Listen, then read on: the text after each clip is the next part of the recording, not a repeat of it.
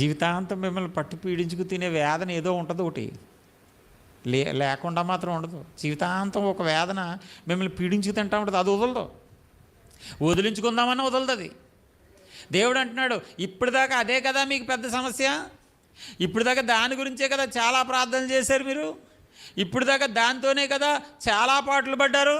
నేడు చూస్తున్న ఐగుప్తీయులు ఇక మీదట ఎప్పుడు చూడరు, మీరు ఇంకా మీకు కనబడరు.